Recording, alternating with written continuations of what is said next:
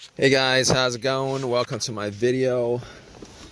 Okay, so I am going to do this video and give you guys some troubleshooting steps if you guys have the same issue that I had a couple days ago.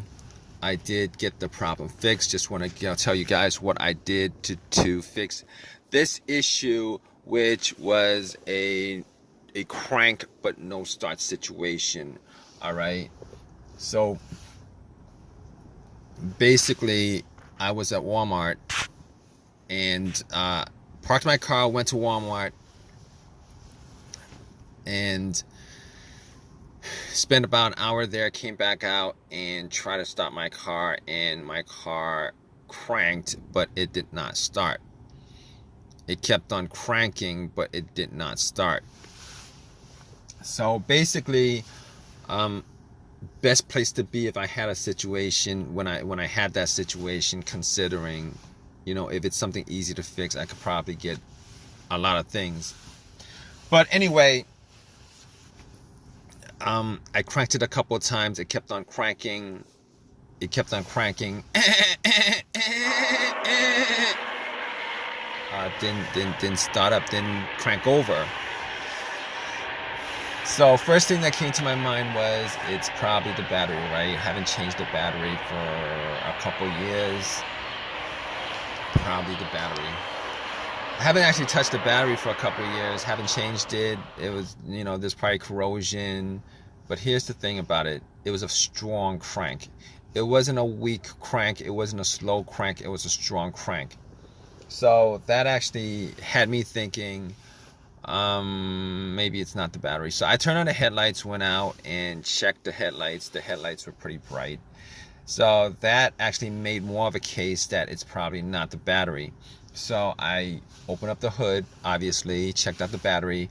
There was some corrosion on there. There was some corrosion on there. There was some corrosion on the battery.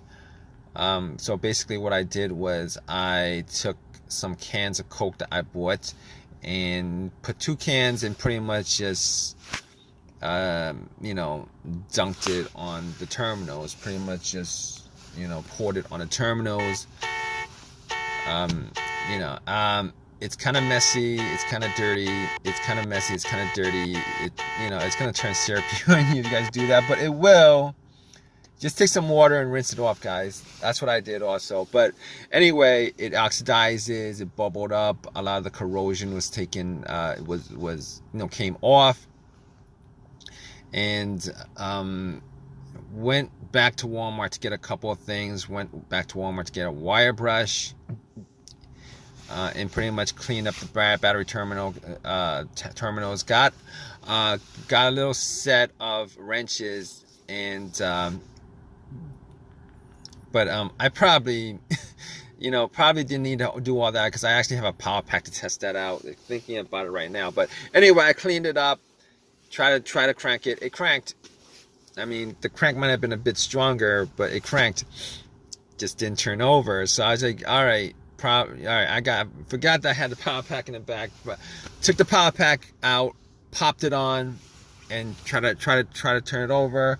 It cranked. It did not turn over. So at that point, I was like, okay,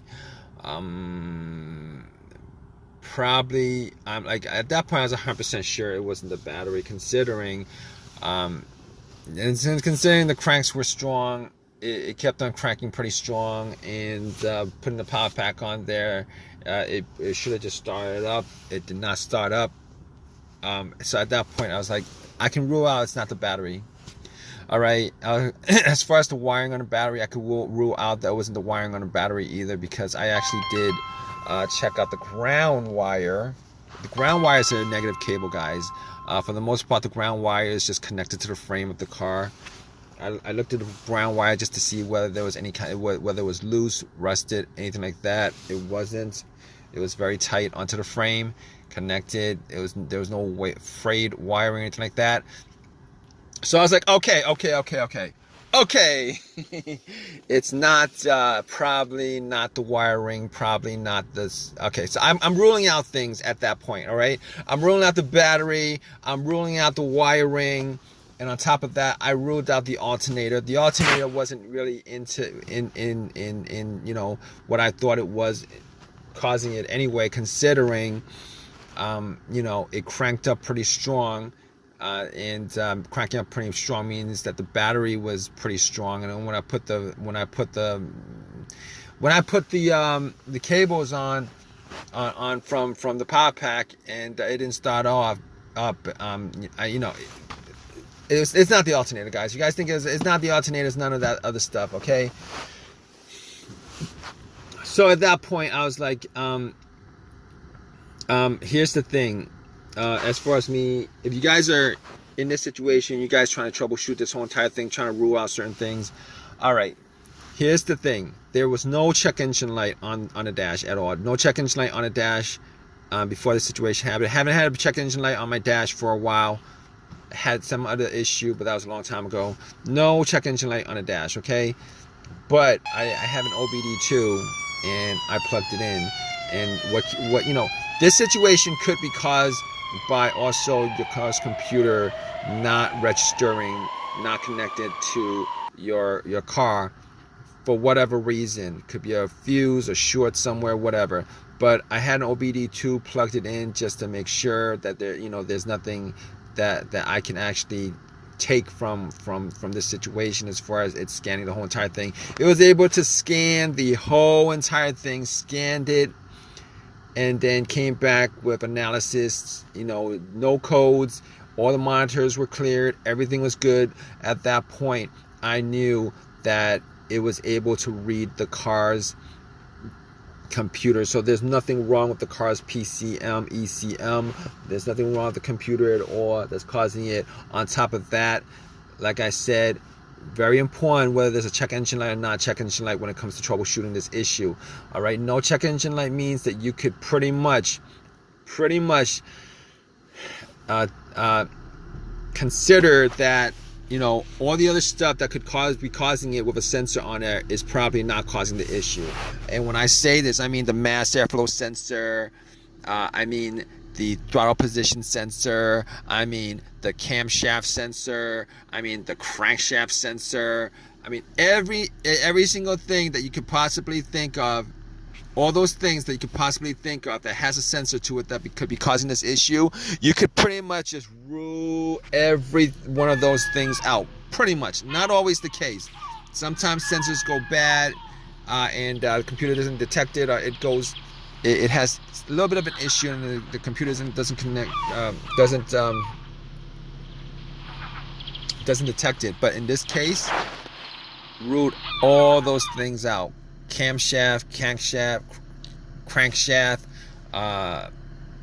position sense, throttle position, root every one of those things out. So at that point, all right, I'm down to pretty much a couple of things. Fuses, relays, the fuel pump maybe. Okay, it could be a couple other things outside of that. But we're just gonna troubleshoot little by little. So I was troubleshooting it little by little. All right, so got to the fuses, got to the relays, and pretty much what I did was could not figure out whether a fuse was blown. Did not actually smell any kind of burnt smell from it. So being as I was around at Walmart, went in and got a fuse tester, tested all the fuses. All the fuses were good. You know, all the fuses were good. There was not a single problem with the fuses. And I pretty much came to,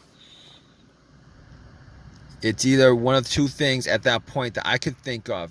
All right, there could be a couple more things, you know, the ignition, etc. But I was down to a couple of things, and I looked at the relay, the fuel pump relay. All right, but before I did that, I was thinking it might be the fuel pump. So I was in my car, and I was trying to figure out whether I could hear hear the fuel pump whizzing, priming. All right, so if you guys don't know how to do this, essentially you would normally need two people to do this. One to listen to the fuel pump priming as the ignition is turned to the on position, not the crank position, because once you get to the crank position, you're gonna crank the car up and you're not gonna be able to hear it too well. All right, so basically, I had, it was just me there, so I was sitting in the car and I turned it onto the on position, trying to hear whether there was a whizzing sound. All right, normally you would want somebody to turn on to the on position while somebody has the gas cap off, and you're listening to hear whether there's a motoring sound, motor sound, a motor sound. I couldn't do that. So I was listening, trying to hear it, and got to, I couldn't detect it at all. I could not detect it at all. Detect the sound at all. So at that point, I was like, oh, okay, all right, we're gonna just swap out some relays.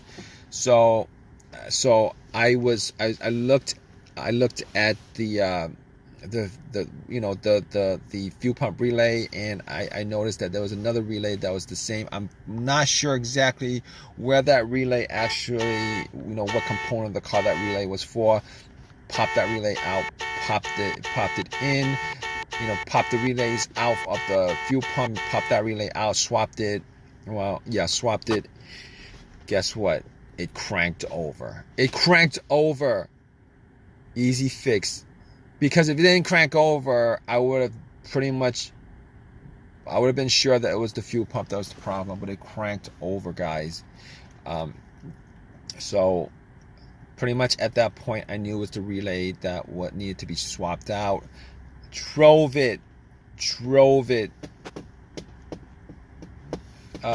an AutoZone, got the relay, and pretty much just swapped the right one back, and threw away the bad relay, popped in a new one, and haven't had any issues since, guys. So if you guys are in this situation and you guys are looking for some troubleshooting tips on stuff like that, okay, just pretty much do what I did as far as troubleshooting each of those components. Hopefully you don't have a weird situation where it's some pretty crappy situation where it's a computer issue and the computer's not connecting to your car, which comes up every once in a while, or maybe even a fuel pump issue where you need to swap out a fuel pump, which is a lot more expensive than a relay.